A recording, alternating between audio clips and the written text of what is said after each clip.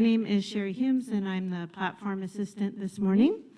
And today our minister is Reverend Frank, and he will be talking on Earth Life Visioning Day. So that should be really sweet. We have some fun things up front, and the drums are beautiful. And anyway, we will be singing a lot today. You're going to get a lot of music, which is a nice thing, because we have the choir today.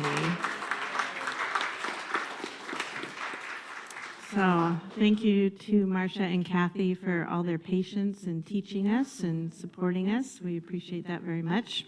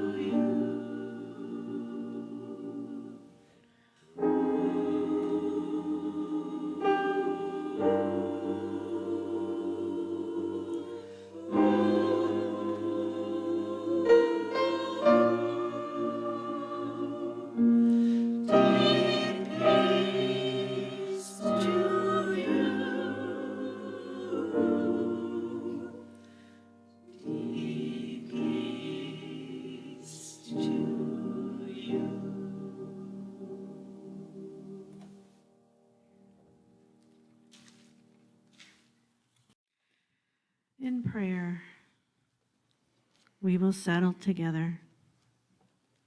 Let us gather in unity and one mind, one heart, a source divine, to invite for all upon this beautiful planet these words.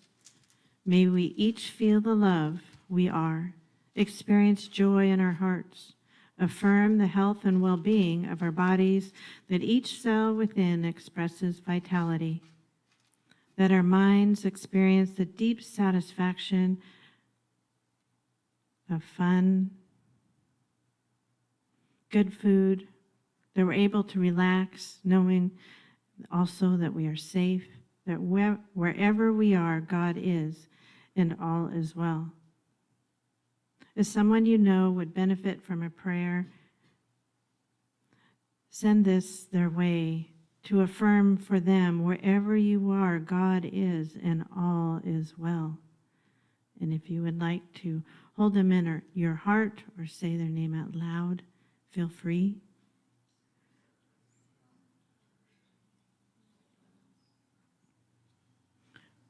Wherever God is, all is well. Amen. And further into the silence now, begin to follow your breath. As you breathe for a few cycles, feel your body relax. Feel how your breath changes as you relax.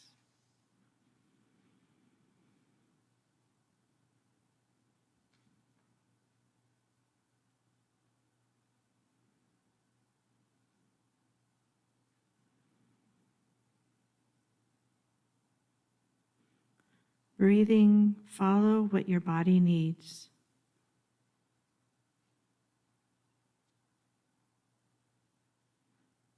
You begin to find yourself in the flow of life.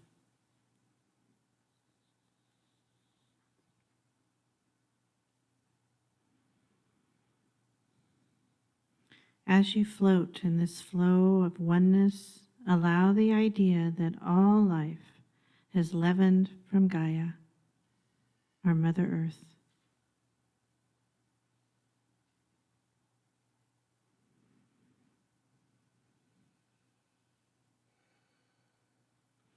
We are one with each other. We are one with all living flora and fauna.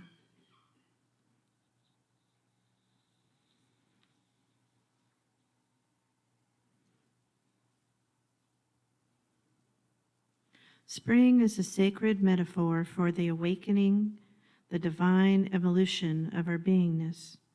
We see the evidence of divine evolution in plants, trees, the birthing of forest critters, those on the farm and in the sea.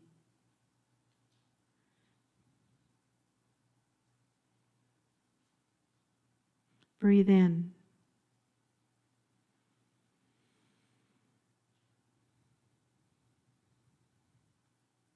You too are in the flow of evolution. Your body regenerates billions of cells each day. You don't even have to think about this. It does it for you.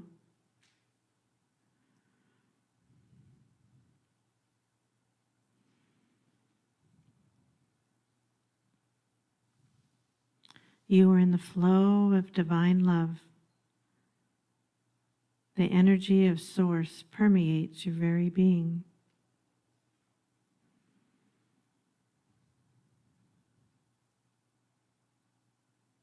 Breathe in.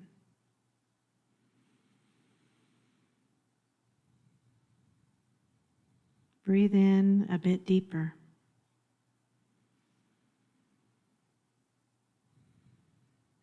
Focus on your heart, the center of wisdom and truth. Ask your heart how you might bloom new spiritual understanding. Ask your heart to whisper a new divine self-evolution.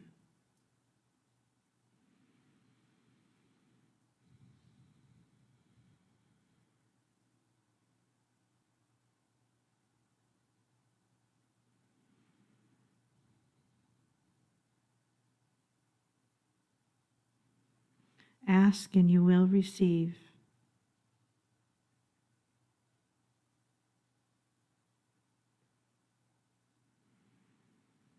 Allow the flow of life to be expressed as brighter, warmer,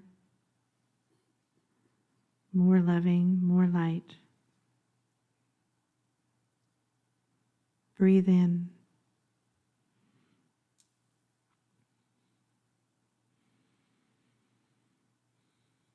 You are in the flow of divine love, in the flow of consciousness.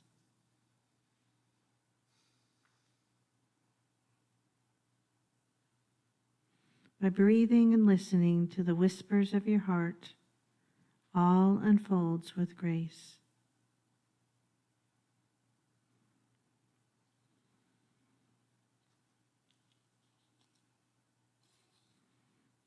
And so it is.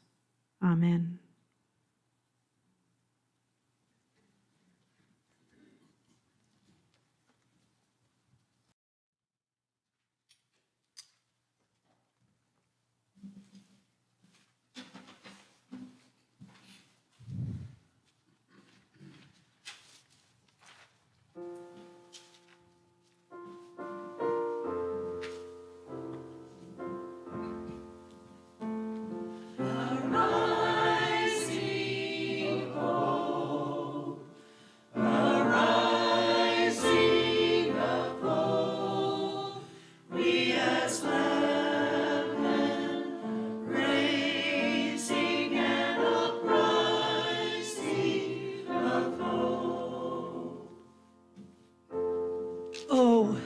Singing creation, ardent arias of grace.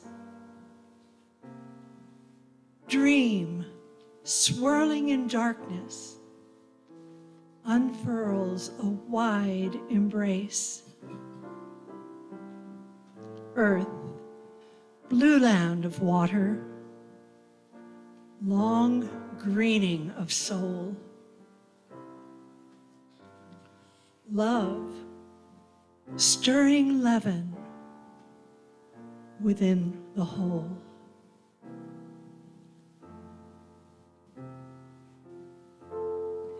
O river of waters, O blossoms of field, deep wander the sumac as cycles reach and yield. O cycle of ancients, come, gather us in.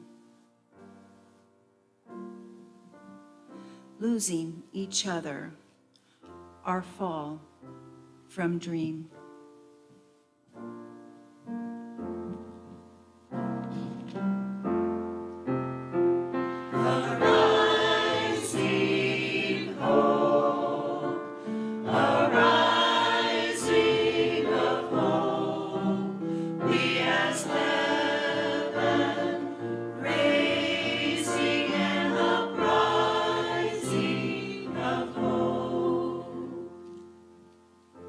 Come, bend to the river. The stones are washing in rain. Love is caught in the narrows and will seize that stream again. Come, bear to the meadows. The grass is lifting in sun. All rise with morning, creating the dawn. Come, friend, I go with you. Yond the road and its end. Turn soft through the meadow to round the river's bend. You carry my story, I your truth and claim. Our lives a leaven to raise again.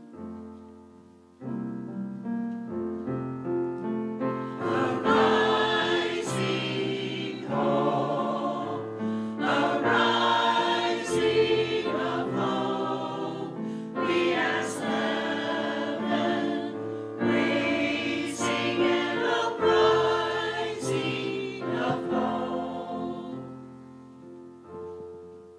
goes the journey? Whence cometh our strength? What all abiding is changed forever? Changing what stirred in our passion. To us, its witness is true. Where wakens wisdom and all made new. Arising hope, arising of hope, we as heaven, raising and uprising of hope, arising hope, arising of hope, we as heaven, raising and uprising of hope. Our lives made new, our love made new, our world new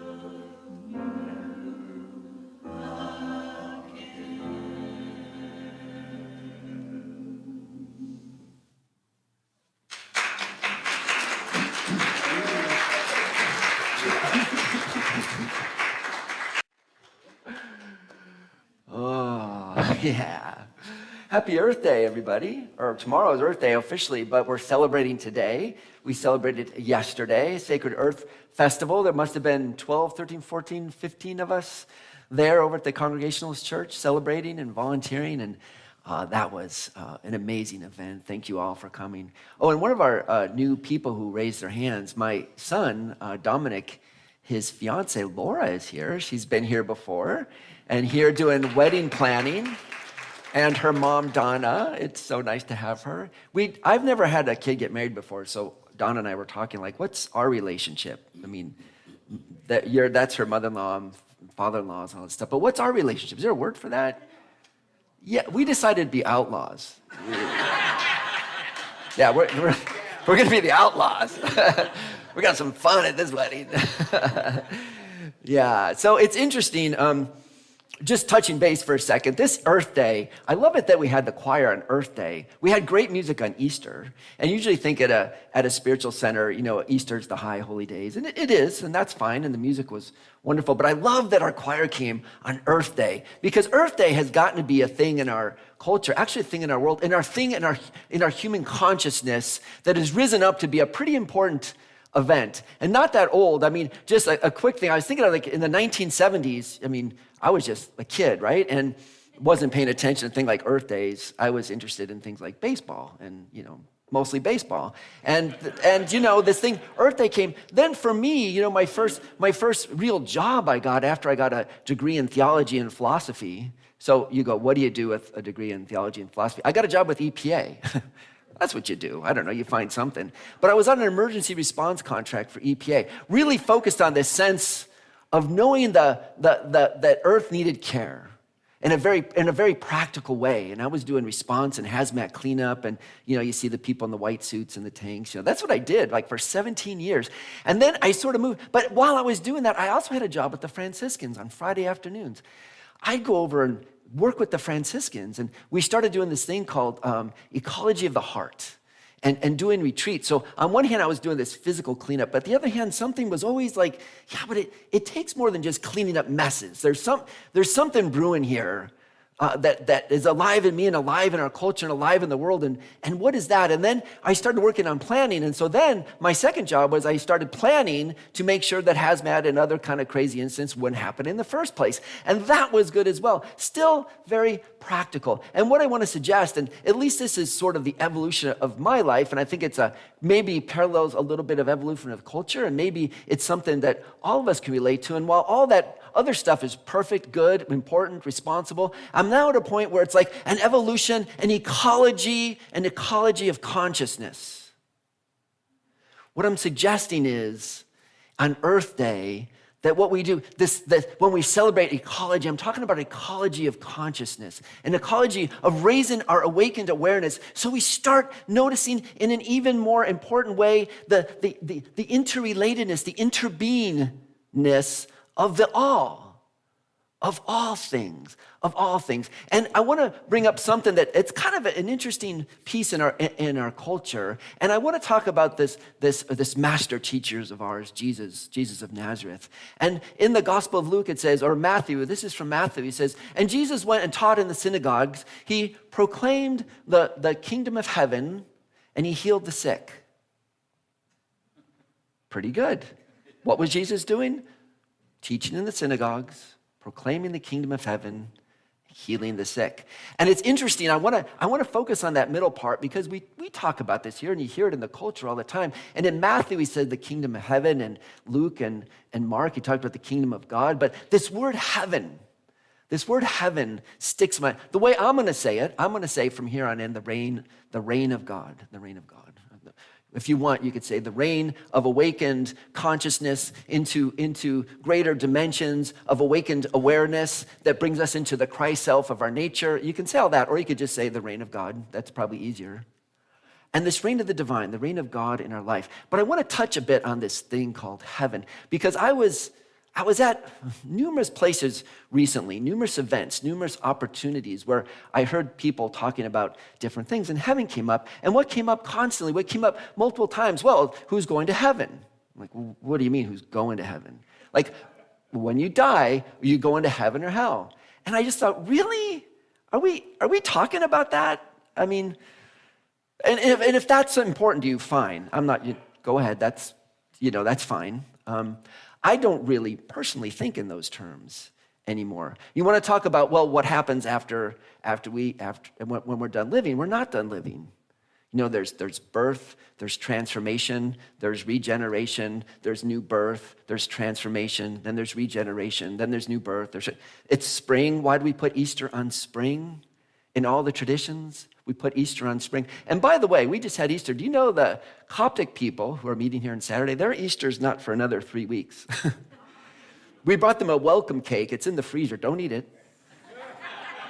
It turns out, we came in, Rosemarie went down and bought a welcome cake, and we had this cake, and we're like, thank you, and they didn't eat it. We're like, what's wrong with our cake? It's still Lent in Coptic Orthodox tradition, and they're not doing meat and dairy. So we gave them a welcome cake. It's in the freezer. That's okay. See, the exact date is not important. The exact date, this isn't a historical thing. This is a thing about the nature of our awareness of this process of new birth and transformation and growth. And then a time to change, transform. It seems oftentimes in our life like a death. And then a rebirth again. But life is going through it all.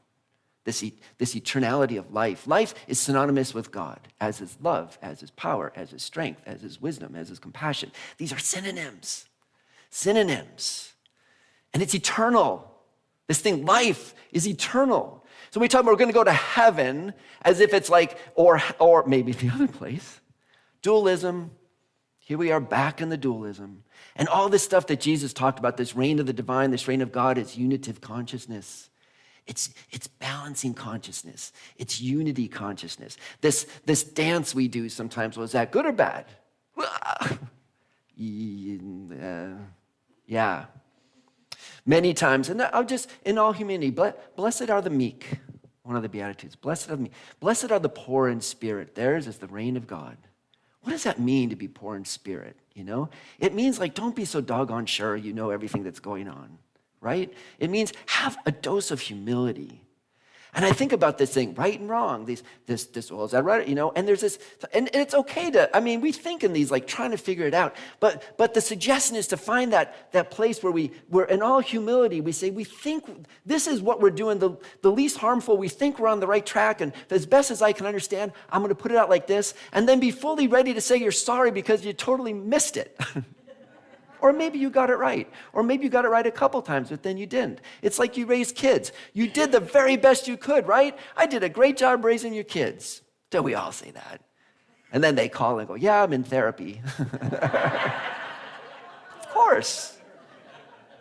Of course. And by the way, give your parents a break. They really do the best. And sometimes even the best intentions, the best work, read the best child rearing, book you did, and you did it all, and it's like, oh, my kids are really like, yeah. Wow, I wish I could have taken that one back. But it's, we can't stay into this good. There's this energy, and we see the Taoists are great at this, this energy of the yin-yang, the idea of finding unity and recognizing that sometimes we see there's these different energies and they seem to be moving in different ways, right and wrong, good and bad. The lions or the Seahawks, I don't know, that might be one too. And trying to find this beautiful place that we realize we're in this realm of the divine that allows for this play of this ecology of consciousness, that there's all of this experience.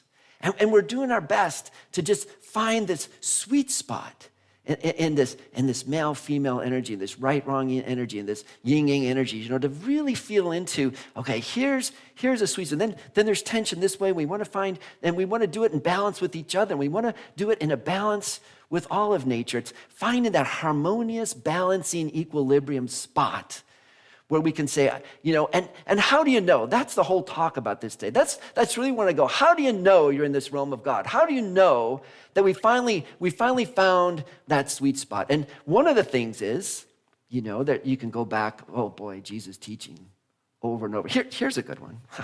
There's so many. But here's a simple one. Jesus talked to the crowds. You're blessed when you're poor in spirit. Be willing to be in that energy of the both and. Be willing to be in that energy, that poverty of spirit, that place of I'm really humbly trying to do my best. But I'm also honest enough to know that even when I do my best, I may have missed it. And you try to do your best and you missed it, and I'm mad at you, but okay, let's work this out. Let's find peace with each other. Let's do reconciliation. Let's recognize that we're in this oneness. We're in this oneness. And the divine, the great one, it was this pleasure, it was this beautiful, joyful idea just to express in the many. So there's a way to express all the possibilities of the divine outflow and the divine consciousness. So here we are, all expressing the oneness, and none of us are exactly alike, but it's all part of this play, this one. Be blessed. When we're poor in spirit, we realize I just got a piece of it and you have a piece of it. We're just in this dance together. And when you're poor in spirit, that's the kingdom of heaven. That's the reign of the divine. That's the place, that's the thing that we talked about.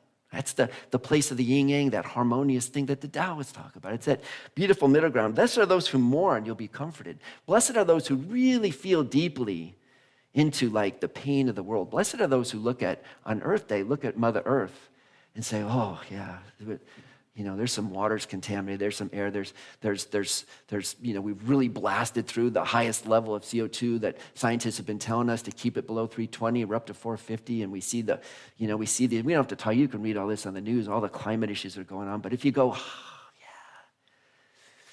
yeah, I feel that. Blessed are those who mourn. And when you're meek, you inherit the earth. What? Inherit the earth when we're meek? And it's fun, the earth. And when I read this thing, earth, it's both the sense of planet, the physical planet, the biosphere, the whole biosphere, but it's also the world, the noosphere, the place, the mental, the place we all live in, consciousness, the mental sphere, the place where we share ideas, we share our hearts, we share our love, we share all these energies, all of that.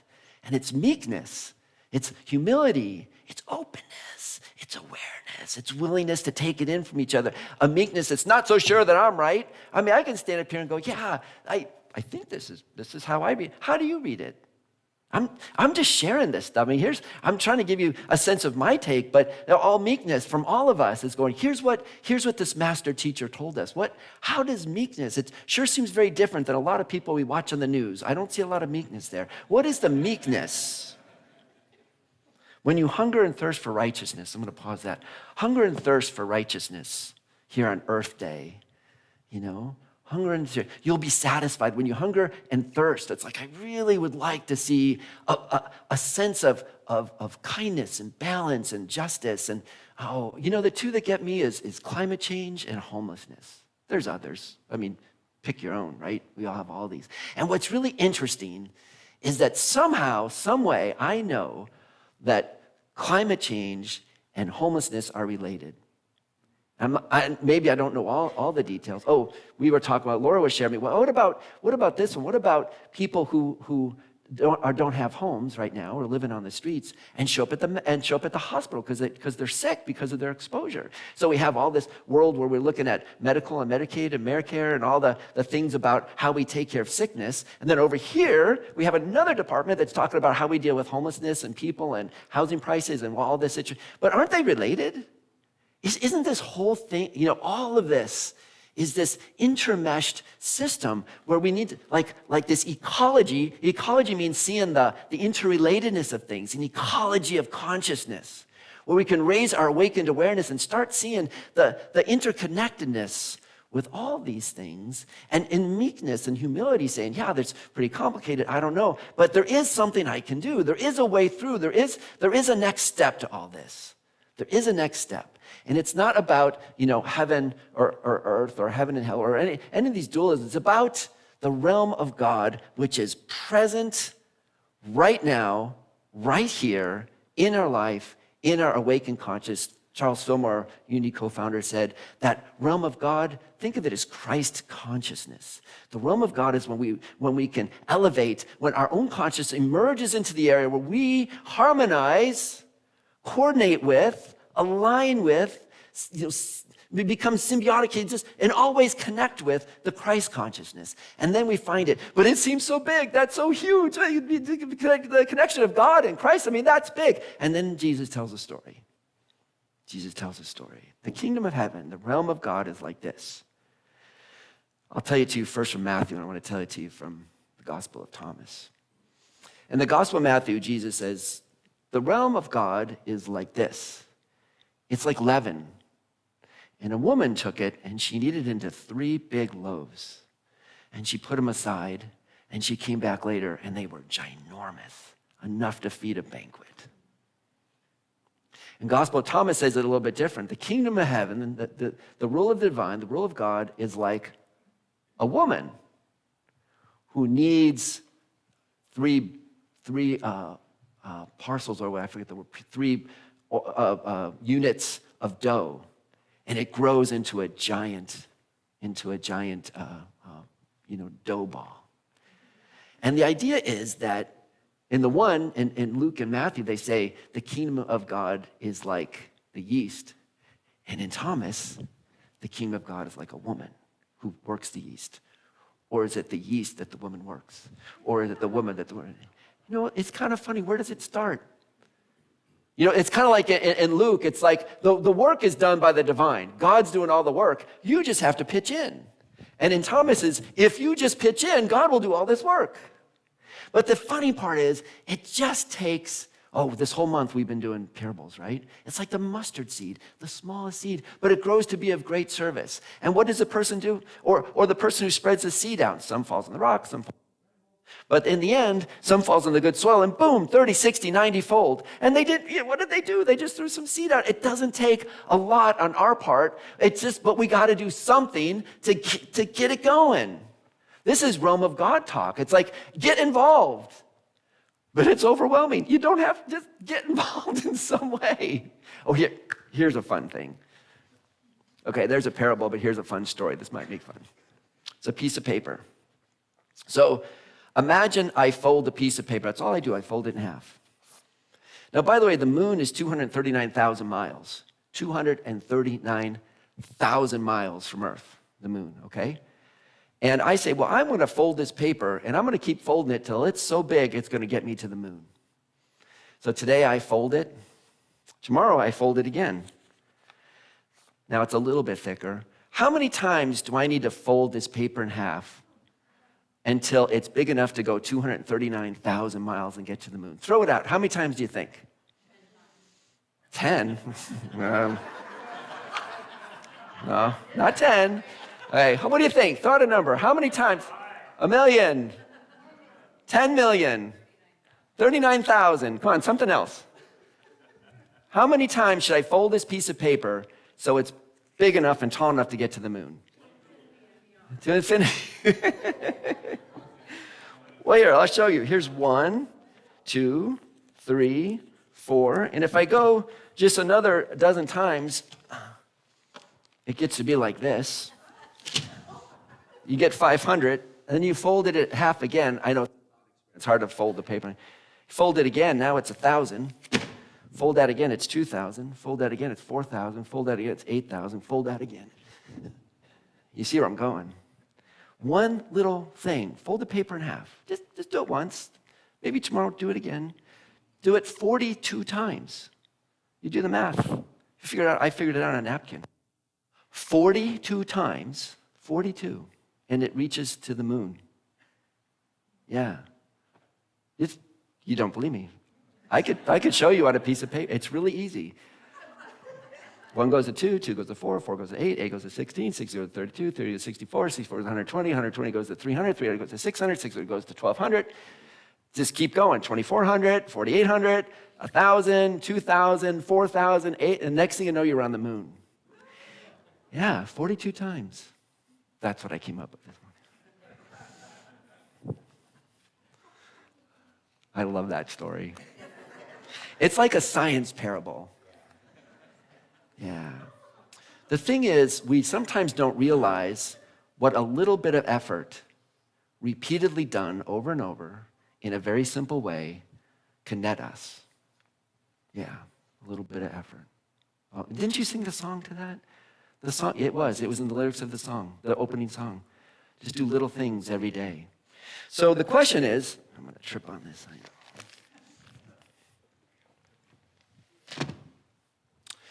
And this kind of invites us into this idea of ecology of the heart and seeing what very little things we can do each time that opens up into the possibilities of greater achievement. And imagine if each of us is doing something, and then where each of us is doing something together, in little bit of efforts together.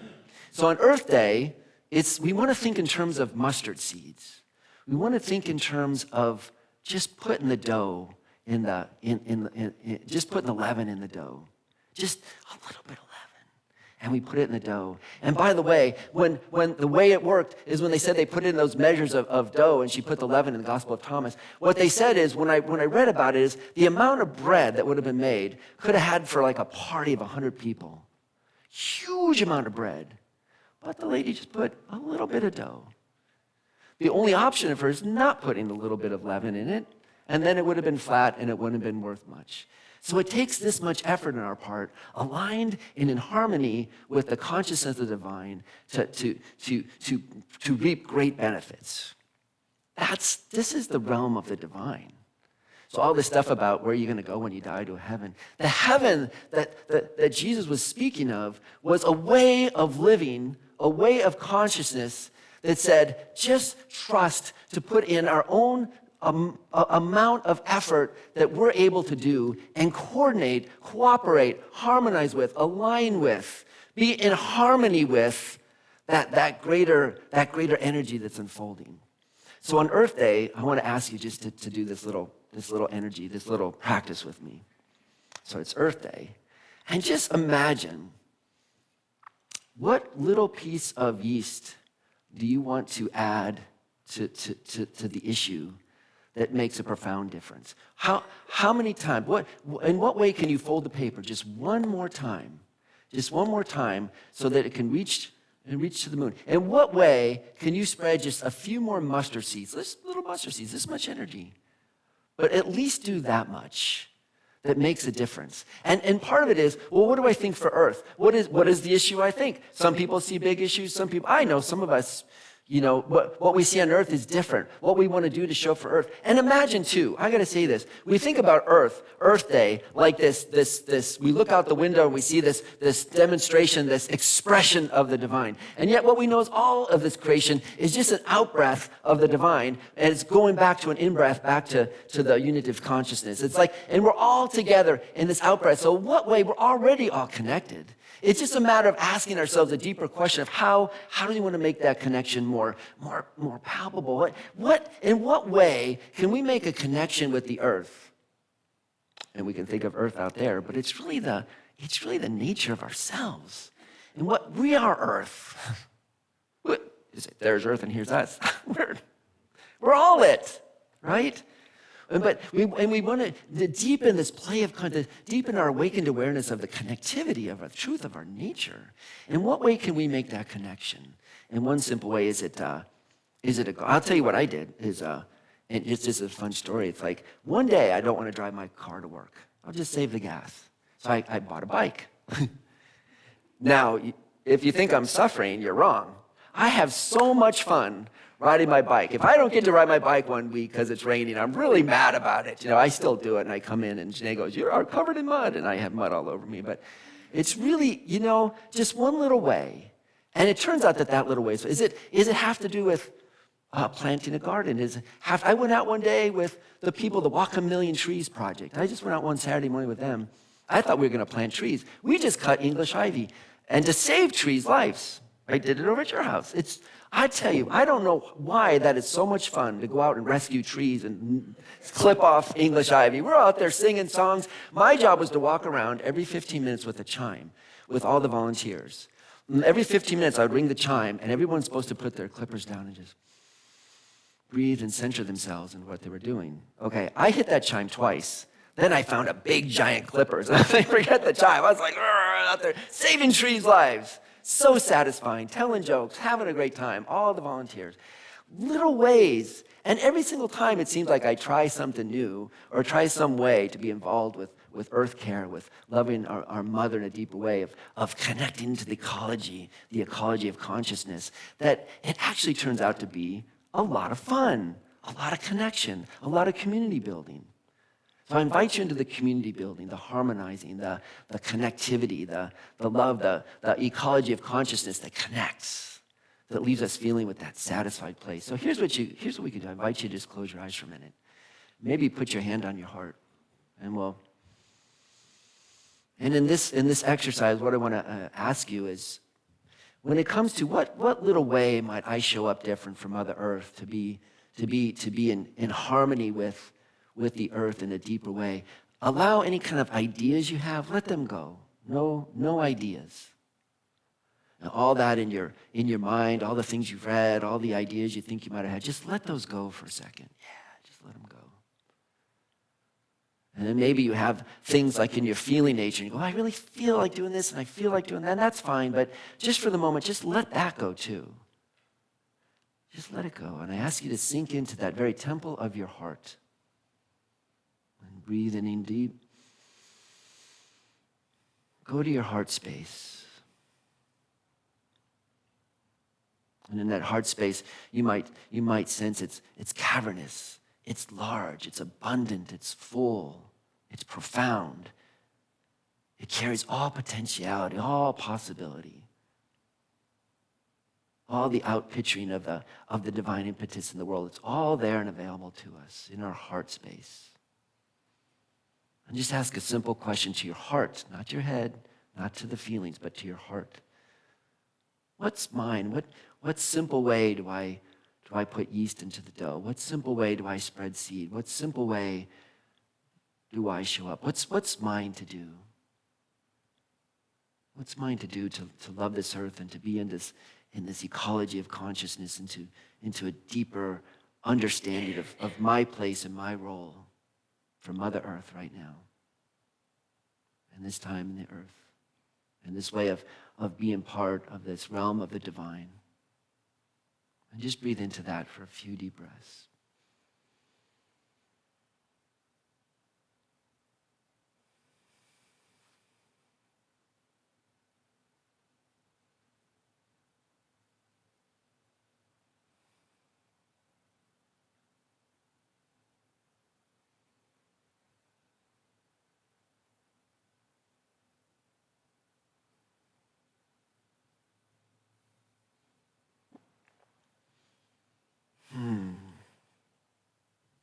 And then just relax your arms for a second.